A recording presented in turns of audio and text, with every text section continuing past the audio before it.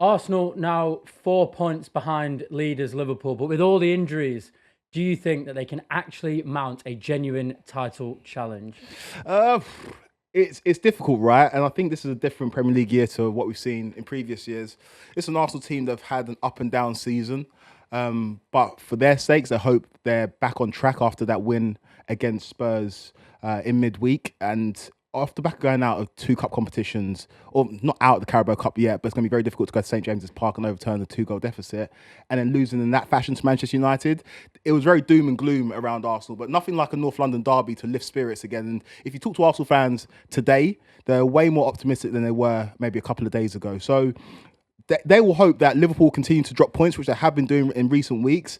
But it's going to be difficult for Arsenal to overturn the gap between them and Liverpool just because of the firepower that Liverpool have, the know-how that they have, and the fact that Arsenal got glaring gaps in their squad and in their first 11 with injuries. But Arsenal definitely in this race. If any team's in this race, is Arsenal. But I think it's going to be very difficult to catch Liverpool. I mean, I was quite derogatory, wasn't I, at the beginning of the season about Arsenal's style of play. And obviously, Arsenal fans in their thousands responded to me and said it was only because Odegaard's out. Odegaard's now back, and they did have a couple of games, didn't they? A bit of a period where they were playing nice football. But you even look at the three that started up front against Spurs, and they obviously won that game. I think Spurs aren't on a great run of form. Arsenal were by far the better team. But you look at Trossard, he did score. Yeah. Havertz and Sterling, now Yeah. Saka's out. That's not a front three that I think can win you the league, especially when you're coming up against Mo Salah, who's in the form of his life, Cody Gakpo finding the net quite often. Jota's come on, scored within 22 seconds. So Yeah. I just think that front three for Arsenal, surely not good enough to win the league. Well, it's difficult, and I think this is an indictment on Arsenal's transfer business in the summer. If you think about how close they've been the last couple of years in terms of challenging City and trying to win that first Premier League title for the first time in 21 years, it's if you have a summer where you bring in Calafiori, again, I swear to God that nobody's actually saw him play apart from at the Euros. He's got the aura because he's good looking, he's got long hair. You bring in Calafiori, who's also been injured this season quite a lot. You bring in Mikel Moreno, who I think is the wrong Sociedad midfield. I think Zubimendi is probably the right profile for Arsenal. Seems like they are going to get him, though. Yeah, like they're heavily linked with him. And then you bring in Raheem Sterling. Again, I love Raheem Sterling, but by all accounts, he's not the player that he used to be. Those three players in the transfer window where you're trying to catch City or close the gap to the teams at the top, I don't think is good enough. And you can see Arsenal fans reflecting on that right now, and it's reflected in their starting 11. When you lose a Bukayo Saka or you lose a Martin Odegaard, all of a sudden the complexion of this Arsenal team is completely different. And for a team that have been there or thereabouts for the last couple of seasons, that shouldn't be the case. When City were in their pomp and they'd lose, say, a De Bruyne, or they lose a key player, a defender, like a Ruben Diaz, for a few weeks or a few months, City would find a way to get through that. Even with Liverpool, when you see them and they've suffered with injuries, Alisson's missed a lot of the season, they managed to find a way around it. But with Arsenal, it seems like when they lose a key player, it completely affects their style of play and affects their results as well. So for their sake, with Saka being out, they can't afford any more key injuries. Otherwise, they will well and truly be out of this title race. Whose fault do you think that is, though? Because I think a lot of blame has to lie with Arteta. I do think he's a little bit too stubborn. And a lot of Arsenal fans will often say, like, there was protest, wasn't there, about the owners like 5 or 6 years ago. Then they got Mikel Arteta. They've given him £800 million to spend. Yeah. In an £800 million squad, it shouldn't take one player being injured to derail your season. It took one Odegaard injury for them to start seeping in bad form, not playing good football, basically running out of ideas. Then obviously they kind of found this cheat code in the set pieces. Yeah. Now Saka's out, and again, a little slump in form. That shouldn't be happening if you spent 800 million quid. Yeah, it's difficult, right? Because of the way that transfers work. It doesn't necessarily always direct or correlate with the strength of your squad, just because you have to sell players as well to balance the books in terms of PSR. But I agree with you. In terms of the amount of money spent with Arsenal, a lot of it's been spent on defenders or defensive players. And if you look at their attacking line, like you said, Trossard, Havertz and Sterling starting the game that you had to win against Spurs is not good enough. Arsenal fans in the summer were crying out for a left winger, were crying out for a striker. Those two positions weren't fulfilled. In terms of Sterling, we understand that he's a good player on this day, but in terms of this squad going forward for the next 3 or 4 years, that's not the long-term solution. And it's only a loan as well for Sterling. And so the gaps in the squad are glaring for Arsenal. And when you've got a Kai Havertz up front who, let's be fair, he's missed some big chances in the game against Newcastle and the game against Manchester United.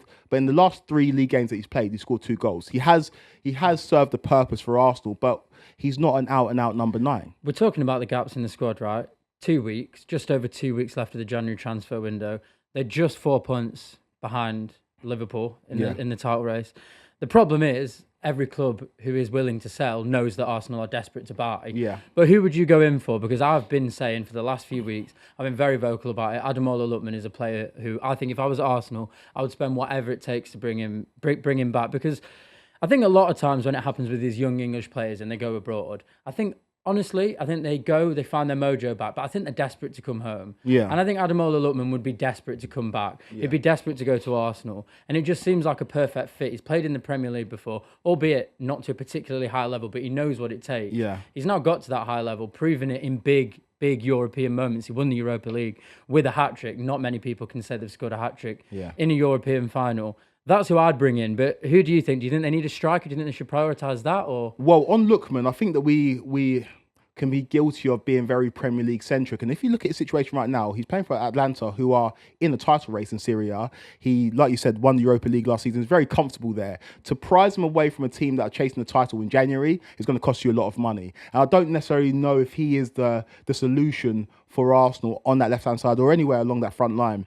It's going to be difficult for Arsenal to do business, right? Because the name that everybody links with Arsenal continuously is Alexander Isak, but he's currently scoring goals for a Newcastle team that you can argue will finish in the top 4 this season. He's a player that, if you were to try and prize him away from Newcastle in the summer, would probably cost you 120 mil, let alone in January. So I look at Arsenal and I think that the improvements need to be made. But if you're asking me for a name that could improve this front line that you can get in January, I don't think there are many players that are willing to move. But I think they're going to have to. I honestly think they're going to have to, because let's be completely honest. We've said it before. We'll say it again. It's been a weird season. Yeah.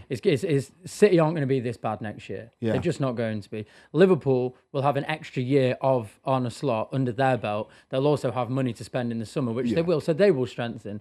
This is the only time, I think, well, not the only time, but this is the perfect time for Arsenal to win the league. And they are just 1 or 2 players short. Yeah. So it doesn't really matter how much they spend. They need to spend, I think, because they're closing Liverpool down. We've seen Liverpool in the last couple of games. They've faltered, a couple of draws. I mean, I think they were pretty unlucky to draw to Nottingham Forest, but nevertheless, they had a chance to go 11 points clear. Now it's 4. I know Liverpool do have a game in hand, but they're just 4 points behind the leaders. Yeah. No one 2 or 3 weeks ago thought that would have even been possible. No one thought Arsenal would be this close. Yeah. Surely they just spend some big money and actually go for the title, because it's such a good chance for them. It is a great chance, but if you look on who they're playing, Aston Villa, it speaks to the strength of the Premier League, right? Like, Arsenal beat Villa at Villa Park earlier on in the season 2-0, but they got very lucky in that game. David Raya had to pull out a couple of good saves. And if you're playing this caliber of team week in, week out, Villa are a Champions League team. They're going to qualify for the next phase. It's difficult, and I don't know if it's as easy to assimilate a January signing into a squad that's trying to win the league as easy as we're saying, because when in the Premier League history, the team that's trying to win a title brought in a player in January that's won them the title, that business is normally done in the summer. And in terms of Villa, in terms of what they can bring to this tie, I've been impressed with how they've managed to get themselves back on form. There was a point where they wobbled and people thought, is this the curse of Unai Emery, where he has to challenge in Europe and he sacrifices the league? But they got the win against Everton midweek, and you see how well Morgan Rogers is playing, and you see the strength and depth that they've got, especially up top, with who knows where John Duran's future lies. I think it's going to be a tough game for Arsenal. And they play after Liverpool. Liverpool play at 3 o'clock, Arsenal play at 5:30. No matter what the result is in the Liverpool game, there will be pressure on Arsenal. If Liverpool lose or drop points, there's pressure on Arsenal to go and win that game. If Liverpool win, then there's pressure on Arsenal to win that game to maintain their title charge. And I don't think Villa will make it easy for them. So it's an interesting conundrum right now of Arsenal. I don't think we've ever really seen something like this before, where a team that is one of the main title contenders needs to go in January to try and maintain that charge. But we'll see how it plays out in the January window. Yeah, I think you mentioned Aston Villa there, 7th in the Premier League, 5th in the Champions League. Yeah. I mean, you tell Villa fans 5 years ago that would be the position, they wouldn't have believed you. Yeah. But you are right, they did have a bit of a slump, didn't they? They've regained their form now. Their away form's pretty poor, let's be honest, but I think their form against the top 6 over the last couple of years has been pretty good. Yeah. Going to the Emirates, what's your prediction? It's a tough one. I think Arsenal get the job done, but I don't think it's easy. They've stopped keeping clean sheets as regularly as they had at the beginning of the season, or even at points last season. So I think Arsenal win this game. I'm going for a 2-1 Arsenal win, but it'll be a difficult tie. I think Villa are going to beat Arsenal. Oof. I think it's going to be quite reminiscent of last year, which, let's be honest, was basically the game that handed Manchester City the title. Yeah. Ollie Watkins, chip over the keeper. God, you love to see that. Yeah. I think similar. I think Arsenal will score because they're just seemed to score in every single game. I think 2-1 to Villa.